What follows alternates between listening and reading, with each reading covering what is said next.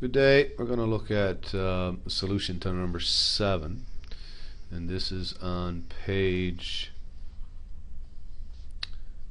37 of book 1 in ma1026 as part of practice 3. And it tells us that we have a triangle ABC with coordinates, and we're asked to prove whether it's a right triangle.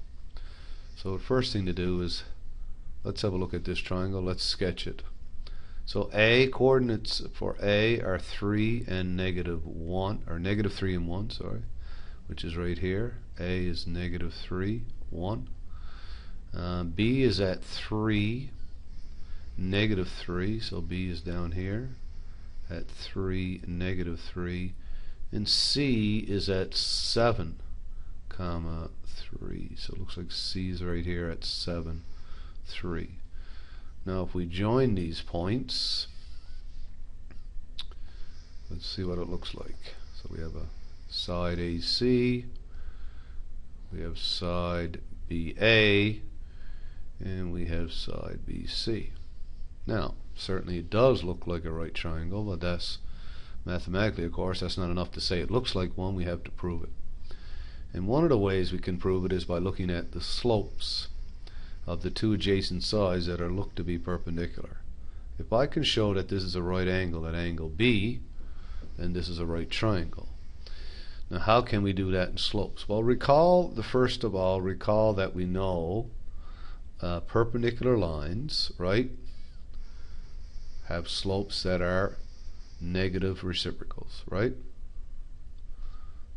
Now we know perpendicular lines meet at right angles. So if I can show these are perpendicular lines, then it must be a right triangle. So perpendicular lines have slopes that are negative reciprocals, okay? So let's look at the slope of those two adjacent sides and see if we can prove that that's a right angle.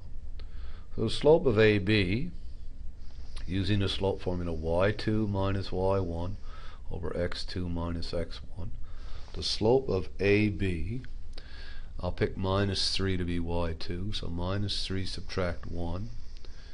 That means positive 3 is x2 minus a -3.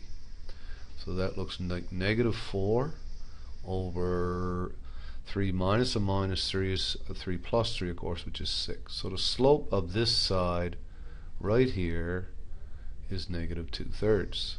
And it slants upward to the left, so it is indeed a negative slope. Now the slope of the other side I want to look at is the slope of this side here, BC. And the slope of BC, using the slope formula again, and I'll pick 3 to be y2, 3 minus a -3 over 7 subtract 3. Okay, which is 3 plus a 6 over 4, which reduces to 3 over 2.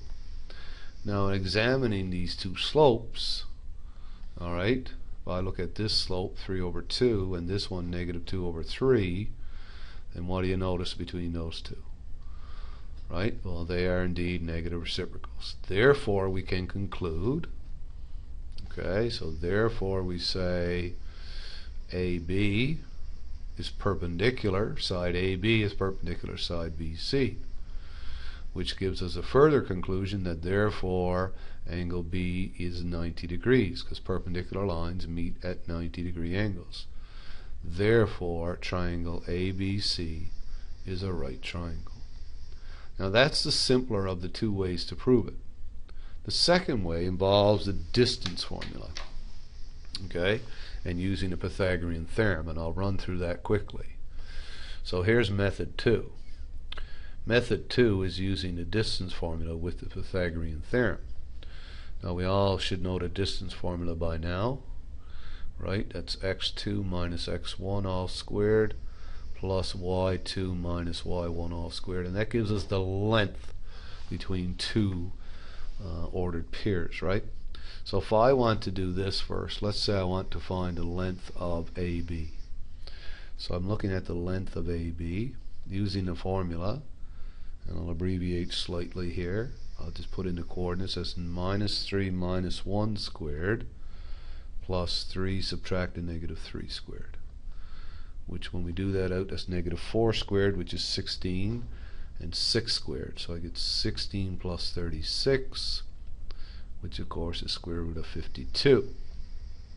Now if I repeat that process for the other two sides, I come up with two other lengths. BC, let's see what that is. BC turns out to be 7 minus 3 squared plus 3 minus a minus 3. See that for BC. And we're looking at 4 squared, right, plus 6 squared. So again, we're looking at 16 plus 36, which is root 52. And the longest side, the hypotenuse, is now AC. We can tell that by looking at the side opposite the right angle. So if I do side AC, the longest side, I will come up with 7 minus a minus 3. I don't have a lot of room, so I'll just write 10 squared.